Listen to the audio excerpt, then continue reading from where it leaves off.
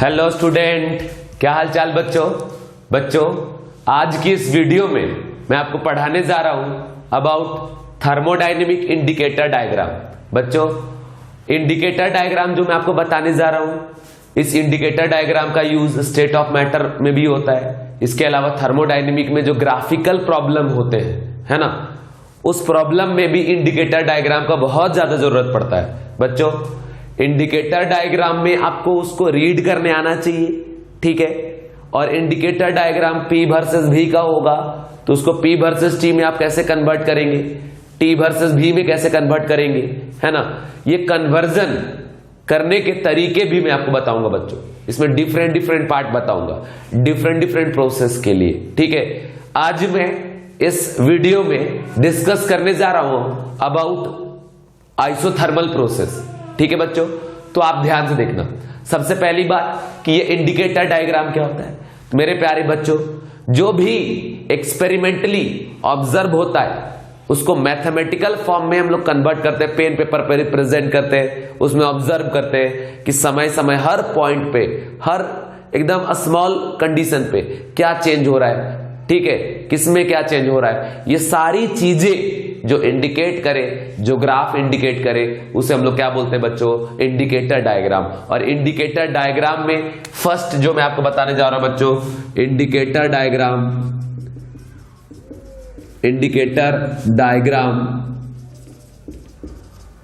For first है बच्चों आपका आइसोथर्मल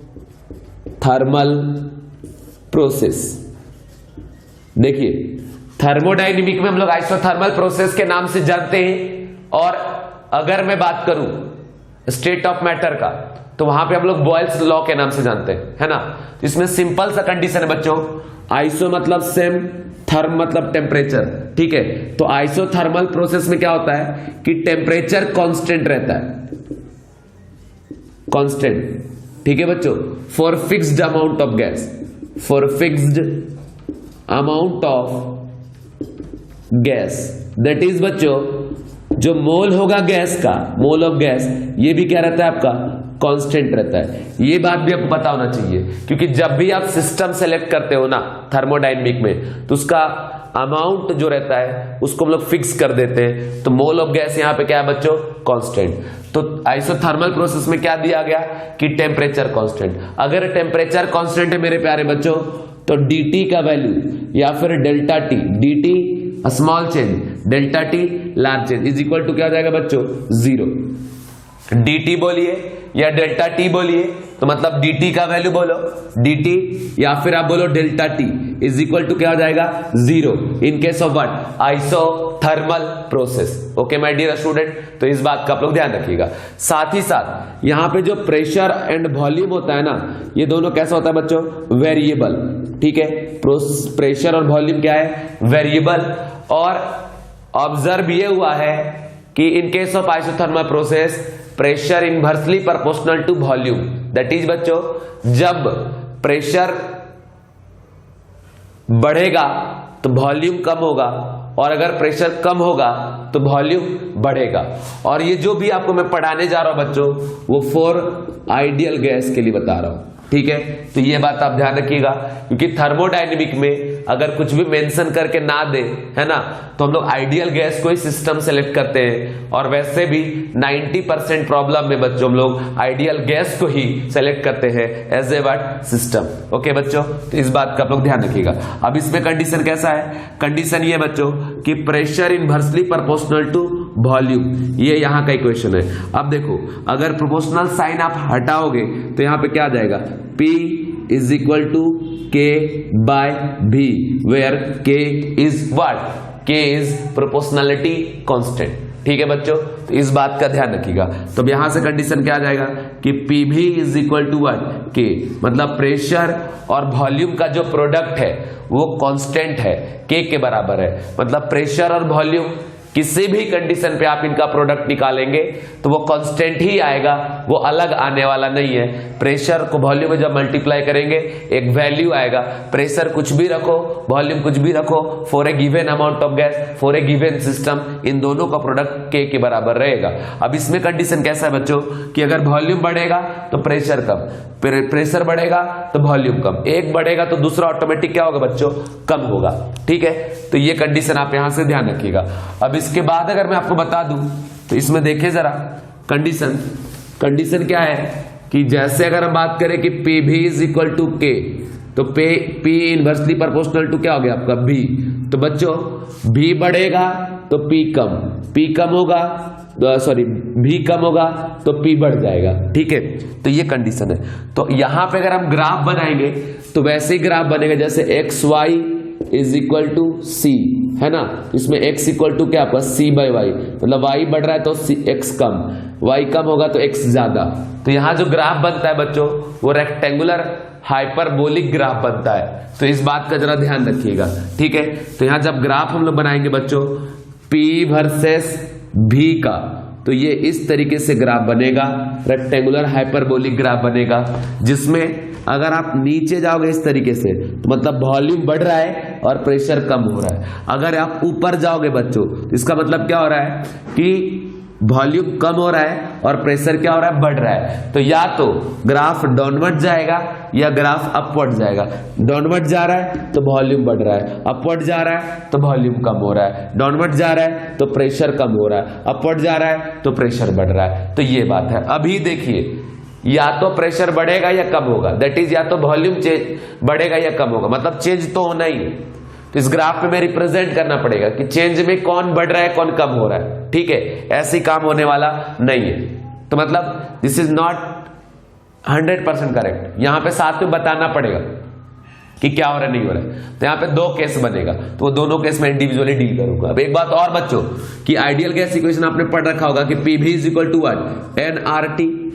ठीक है, और आपको पता है आइसोथर्मल प्रोसेस में टेम्परेचर क्या है बच्चों, कांस्टेंट। बच्चों आर का वैल्यू भी क्या होता है, कांस्टेंट, और मोल ऑफ गैस भी क्या है, कांस्टेंट। तो ये तीनों मिलके एक नया सा कांस्टेंट बना लिया क्या आपका के। तो P V is equal to के, यहां से भी डायरेक्ट आप ऐसे सोच सकते हैं। तो मतलब के इज इक्वल टू क्या आ गया बच्चों, nRT, है ना। मतलब यहां पे है कि आइसोथर्मल प्रोसेस का जो के है वो टेम्परेचर पे डिपेंड कर रहा है। ठीक है, आइसोथर्मल तो है, टेम्परेचर कांस्टेंट तो रहेगा, बट इसमें जितना ज्यादा टेम्परेचर पे कांस्टेंट रखोगे उतना ज्यादा के का वैल्यू होगा, जितना लो टेम्परेचर पे आइसोथर्मल कंडीशन बनाओगे उतना कम होगा वैल्यू किसका बच्चों, के का। तो इस बात को आपको ध्यान में रखना पड़ेगा। अब अगर नेक्स्ट ग्राफ हम बनाए बच्चों P वर्सेस T का, और इसके अलावा ग्राफ बनाए बच्चों अगर हम V वर्सेस T का, तो सीधा सीधा सिंपल बात समझ लीजिए कि कभी भी P वर्सेस V में दिया उसको P वर्सेस T में कैसे कन्वर्ट करेंगे, या V वर्सेस T में आप कैसे कन्वर्ट करेंगे, यही मैं आपको बताने जा रहा हूं। और इसमें सीधा कंडीशन आप देखिए कि अगर आइसोथर्मल प्रोसेस है तो टेम्परेचर कांस्टेंट है, और गिवन सिस्टम में कुछ ना कुछ वैल्यू तो रहेगा टेम्परेचर का। ठीक है, तो मान लो यहां से ये वैल्यू है टेम्परेचर का, तो हर पॉइंट पे यही टेम्परेचर रहना चाहिए। तो ये ग्राफ कैसे जाएगा बच्चों, straight line parallel to what, P axis, ताकि आप ऊपर जाओ या नीचे प्रेशर चेंज कर रहा है लेकिन टेम्परेचर क्या है बच्चों, कांस्टेंट। सेम ग्राफ यहां भी ऐसे होगा कि ये straight line parallel to V axis, ताकि वॉल्यूम तो चेंज करे बट हर पॉइंट पे, जैसे यहां भी गए तो टेम्परेचर टी, यहां भी गए तो टी, यहां भी टी, यहां भी टी, यहां भी टी, हर पॉइंट का टेम्परेचर क्या है बच्चों, कांस्टेंट है। तो इस बात का बच्चों ध्यान रखिएगा, कंडीशन समझ के चलिएगा, तब आपको कभी भी कन्वर्जन में कोई प्रॉब्लम बच्चों नहीं जाएगा। ओके, अब देखो, अब इसमें हम बढ़ते हैं, अब इसमें हम कंडीशन आपको एक जरा बता देते हैं कि जब भी मान लीजिए आपको सिस्टम इस तरीके से दिया रहे, ये कंटेनर है, इस कंटेनर के अंदर यहां पे अगर गैस कोई भरा हुआ है और ये जो पिस्टन है अगर अपवर्ड जा रहा है, ठीक है, तो इस केस में क्या होगा बच्चों कि पिस्टन ऊपर चला जाएगा। तो देखो यहां वॉल्यूम V था, यहां हो गया V2, तो V2 क्या जाएगा बच्चों, ग्रेटर देन V1। तो इस केस को हम लोग बोलते हैं बच्चों एक्सपांसन।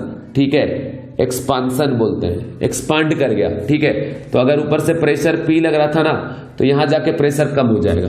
और मान लो बच्चों अगर पिस्टन को नीचे ले आते हैं आप, तो यहां पे क्या हो जाएगा, pressure increases and volume what decreases. इस केस को हम लोग क्या बोलेंगे बच्चों, कंप्रेशन। तो कंप्रेशन में वॉल्यूम कम होता है, एक्सपांशन में वॉल्यूम बढ़ता है। ठीक है, अब चलिए यहां पे जो ग्राफ का इसका दो केस बनता है, वो दोनों केस को एग्जैक्ट रिप्रेजेंट करते हैं। केस नंबर ए, इसमें अगर मैंने एरो ऐसा दे दिया तो क्लियर बात समझ जाना कि एरो ही आपको बताएगा कि सिस्टम में वॉल्यूम इंक्रीज हो रहा है या वॉल्यूम डिक्रीज हो रहा है। अब जैसे अगर मैं यहां बात करूं तो आप देखो क्या हो रहा है, ऐसा मतलब हम ऐसे इधर जा रहे हैं, इसका मतलब क्या हो बच्चों कि वॉल्यूम का वैल्यू बढ़ रहा है ना, वॉल्यूम इंक्रीजेज। और बच्चों जैसे ऊपर से नीचे जाएंगे तो प्रेशर क्या होगा, डिक्रीजेज। और इस कंडीशन को हम लोग क्या बोलेंगे बच्चों, एक्सपांशन। मतलब वॉल्यूम इंक्रीजेज तो एक्सपांशन। अब यहां देखिए ये जो ग्राफ है वो यहीं से जनरेट हो रहा है, तो अगर यहां प्रेशर डिक्रीज आपको दिखाया गया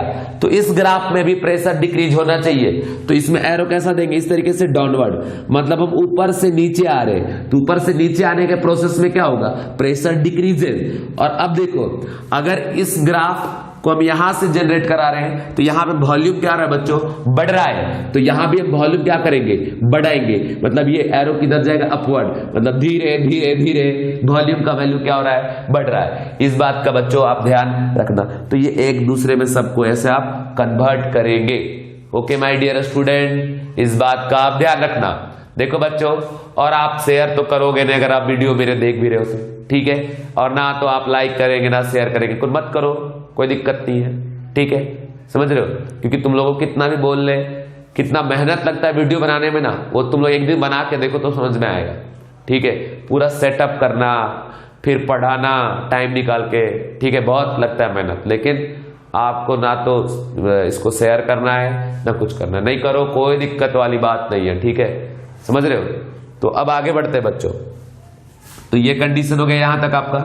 ठीक है, तो ये कन्वर्जन का फैक्टर हो गया, आपको पूरा कन्वर्ट करके मैं आपको बता रहा हूं यहां तक। ठीक है, कि P वर्सेस V में क्या कंडीशन है, P वर्सेस T में क्या कंडीशन है, V वर्सेस T में क्या कंडीशन है। ठीक है, अभी तुम लोगों को तो ऐसा लग रहा है अरे तो ऐसे ही है, बट ऐसा नहीं है भाई। ठीक है, इतना ही करवाता हूं ना कोचिंग में, इसके पैसे लेता हूं बहुत सारे वो। ठीक है, ये बात है, तुम लोग को ऐसे फ्री में दिख रहा होगा वीडियो तो ऐसे बस छोड़ो, अरे कुछ तो है नहीं, बट जब आप देखेंगे पूरी वीडियो तो समझ में आएगा, है ना। तो अब आप डिसाइड करो आपको देखना चाहिए कि नहीं देखना चाहिए। क्लियर, चलो ठीक है बच्चों। तो ये एक्सपांशन वाला केस मैंने आपको बता दिया। नेक्स्ट देखिए, अगर मैं इसी ग्राफ में बताऊं आपको बी केस, इसमें सब कुछ सेम रहेगा, ग्राफ तो ऐसा ही रहेगा बी, P वर्सेस V का। इस बार ऐसा हमने दिखा दिया, मतलब ऊपर जा रहे तो इधर से इधर आएंगे तो वॉल्यूम क्या होगा, डिक्रीज होगा, तो वॉल्यूम डिक्रीजेस। और प्रेशर क्या बच्चों, जितना ऊपर जाएगा उतना प्रेशर, क्योंकि इस कोऑर्डिनेट में P है तो ऊपर जितना जाएगा उतना बढ़ेगा वैल्यू, तो प्रेशर बढ़ रहा है। तो नेक्स्ट अगर आप ग्राफ बनाते बच्चे P वर्सेस T का, तो ये ग्राफ ऐसा बनेगा और एरो इस बार अपवर्ड देंगे, इसका मतलब प्रेशर क्या हो रहा है, बढ़ रहा है। ठीक है, और दूसरा कंडीशन ये है बच्चों कि अगर हम बात करें V वर्सेस T का, इसमें भी ग्राफ ऐसे ही बनेगा, बट इस बार एरो डाउनवर्ड, क्योंकि वॉल्यूम क्या हो रहा है, कम हो रहा है। ठीक है बच्चों, इस बात का आप लोग ध्यान रखना। Clear, clear my dear student, clear है, ये ध्यान रखना। अब देखो कभी भी P वर्सेस T दिया, P वर्सेस V या V वर्सेस T में कन्वर्ट करना है तो कैसे करेंगे, यहां देख लीजिए। P वर्सेस V देके P वर्सेस T या V वर्सेस T पूछा तो कैसे कन्वर्ट करेंगे, वो ग्राफ आप यहां देख ले, तभी आप एक ग्राफ को दूसरे में कन्वर्ट कर पाओगे, अदरवाइज आप ग्राफ कन्वर्ट नहीं कर पाएंगे। ठीक है, तो ये चीज हो गया। इसके अलावा भी और डिफरेंट टाइप का ग्राफ आपको दे सकता है, जैसे बोला कि find out P V versus P का, ठीक है, या फिर P V वर्सेस V का। ठीक है, इसका ग्राफ कैसा बनेगा तो आप खुद ही देख लो भाई, आइसोथर्मल प्रोसेस अपना चल रहा है ना, तो यहां टेम्परेचर कांस्टेंट है और PV का जो प्रोडक्ट है वो किसके बराबर, K के बराबर, और K is equal to what, nRT के बराबर। ठीक है, टेम्परेचर कांस्टेंट तो K का वैल्यू भी क्या है, कांस्टेंट है, तो मतलब इन दोनों का प्रोडक्ट ऑलवेज क्या रहेगा, कांस्टेंट रहेगा। तो सीधी बात है कि यहां से ये ग्राफ कहीं से कट करके जाएगा, जहां पे वैल्यू क्या होगा, K होगा, और ये पैरेलल टू क्या जाएगा, P एक्सिस, मतलब प्रेशर तो चेंज हो रहा है बट P और V का जो प्रोडक्ट है वो क्या रहेगा, कांस्टेंट। यहां भी सेम वैसे ही, वॉल्यूम तो चेंज हो रहा है, ठीक है, लेकिन PV का प्रोडक्ट क्या रहेगा, कांस्टेंट। अब अगर ये दोनों एक दूसरे से और कोरिलेटेड है, तो अगर इसमें प्रेशर बढ़ते दिखाओगे तो वॉल्यूम क्या दिखाना पड़ेगा, कम। और अगर मान लो आप प्रेशर कम होते दिखाओगे, डिक्रीजेज, तो वॉल्यूम क्या दिखाना पड़ेगा, इंक्रीजेज। क्लियर है बच्चों, इस बात का आप लोग ध्यान रखना। और इसका वैल्यू कैसे निकलेगा, के का वैल्यू तो nRT से निकलेगा, यहाँ भी इक्वल टू के, जहां कट करो पॉइंट के, कैसे किससे निकलेगा, nRT से निकलेगा। ठीक है, तो ये बात भी आप ध्यान में रखना। इसके अलावा एक और ग्राफ है बच्चों जो बहुत ज्यादा इंपॉर्टेंट होता है, कि मान लो अगर आपको ऐसे दे दिया कि ये ग्राफ है, ये ग्राफ है, ये ग्राफ है, 3 ग्राफ, ठीक है, समझ गए, ये P वर्सेस V का ग्राफ है। ठीक है, इस ग्राफ में बच्चों टेम्परेचर T1 है, इस ग्राफ में टेम्परेचर T2 है, और इस ग्राफ में टेम्परेचर T3 है। पूछ रहा है कि बताइए इंक्रीजिंग ऑर्डर में टेम्परेचर का रिलेशन T1 T2 T3 में क्या कंडीशन है। ठीक है, इंक्रीजिंग ऑर्डर में बताना। तो सबसे पहले अपन जो पता करना पड़ेगा, कैसे पता करेंगे, तो आप क्या करिए कि नॉर्मली आप ऐसे एक पैरेलल लाइन खींच दो इस तरीके से, तो इसके करस्पॉन्डिंग प्रेशर P, इसके करस्पॉन्डिंग भी P, इसके करस्पॉन्डिंग भी, सभी पॉइंट के करस्पॉन्डिंग प्रेशर सेम है, बट यहां पे वॉल्यूम V1, यहां पे वॉल्यूम V2, और इस पॉइंट का वॉल्यूम क्या है बच्चों, V3। मतलब यहां V1, V2 और V3। तो कुल मिला के अगर आप देखिए तो PV इज इक्वल टू क्या होता है बच्चों, nRT। अगर सभी में प्रेशर कांस्टेंट हमने कर दिया और वॉल्यूम डिफरेंट दिखाए, तो इधर nR कांस्टेंट है, तो वॉल्यूम डायरेक्टली प्रोपोर्शनल टू क्या बच्चों, टेम्परेचर। देखिए अब बोलिएगा सर आप तो आइसोथर्मल प्रोसेस पढ़ा रहे हो, यार ये 3 आइसोथर्मल है, ये भी आइसोथर्मल, आइसोथर्मल, आइसोथर्मल। ठीक है, तो इस आइसोथर्मल में टेम्परेचर हर जगह कांस्टेंट रहेगा, इसमें भी कांस्टेंट, इसमें, बट ये आपस में तो डिफरेंट होंगे ना। 3 अलग अलग सिस्टम लिए, तीनों को आइसोथर्म बना दिए, तो तीनों डिफरेंट हुआ कि नहीं हुआ, हुआ ना। तो बस वही बात है यहाँ पे कि वॉल्यूम डायरेक्टली प्रोपोर्शनल टेम्परेचर, जहां का वॉल्यूम ज्यादा वहां का टेम्परेचर भी क्या होगा, ज्यादा। तो देखो सबसे ज्यादा कौन सा वॉल्यूम है, V3, तो सबसे ज्यादा टेम्परेचर कौन सा होगा, T3। सबसे कम वॉल्यूम कौन सा है, V1, तो सबसे कम टेम्परेचर कौन सा हो जाएगा, T1। तो कैसा हो जाएगा, T1 ग्रेटर होगा T1 से T2, और T2 से ग्रेटर कौन हो जाएगा बच्चों, T3। तो ये हमारा ट्रेंड आ गया इंक्रीजिंग ऑर्डर में, किस चीज का बच्चों, टेम्परेचर का। तो ऐसे आपको फाइंड आउट करना पड़ेगा, या फिर आप ऐसा देख लें, मान लीजिए अगर ग्राफ आपको ऐसा दिया हुआ है इस तरीके से, ठीक है, P वर्सेस V का, तो इस बार आप ऐसा खींच दो, हर पॉइंट का वॉल्यूम क्या कर दो, सेम V, बट इसके करस्पॉन्डिंग प्रेशर P1, इसके करस्पॉन्डिंग P2 और इसके करस्पॉन्डिंग P3। ठीक है, यहाँ का T3 टेम्परेचर, यहाँ T2 और यहाँ T1। तो फिर से वही चीज देखिए, PV इक्वल टू अगर आप nRT लगाओगे, सभी में वॉल्यूम कांस्टेंट है, तो pressure directly proportional to what बच्चों, टेम्परेचर। तो जहां का प्रेशर ज्यादा उस ग्राफ का टेम्परेचर क्या होगा, ज्यादा। तो सबसे ज्यादा प्रेशर क्या है, P3, तो सबसे ज्यादा टेम्परेचर क्या होगा, T3, फिर T2, फिर T1। तो ट्रेंड क्या होगा, T1 से ग्रेटर T2 और T2 से ग्रेटर क्या बच्चों, T3। तो ये कंडीशन है, ये क्राइटेरिया है, ये सिचुएशन है। इस कंडीशन, इस क्राइटेरिया, इस सिचुएशन को आप ध्यान में रखना। ठीक है, इसके अलावा मैं आपको एक और ग्राफ बताता हूं, जरा जब देखो और सीखो। जैसे मान लीजिए फिर से वही है कि मान लो अगर हम PV वर्सेस P का ग्राफ बना रहे हैं, एक ये बनाया हुआ है, एक ये, इसके मतलब ये 3 डिफरेंट सिस्टम को रिप्रेजेंट कर रहा है। ठीक है, यहाँ पे K1, यहाँ K2, यहाँ K3। ठीक है, तो सीधी बात देखिए कि PV का जो वैल्यू है वो K के बराबर होता है, कांस्टेंट। तो मान लो जब K1 तो यहाँ पे कट किया, K2 तो यहाँ पे, K3 यहाँ पे। अब K का वैल्यू किसके ऊपर डिपेंड करता है, nRT के ऊपर। तो T जितना ज्यादा, K का वैल्यू भी क्या आपका उतना ही ज्यादा।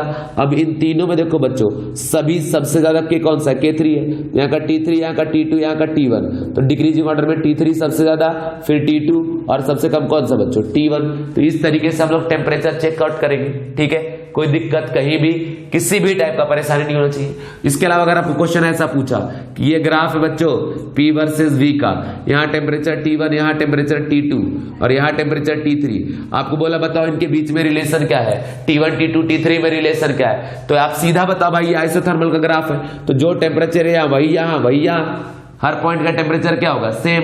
तो क्या लिखोगे, T1 greater than T2, T2 greater than what बच्चों, T3।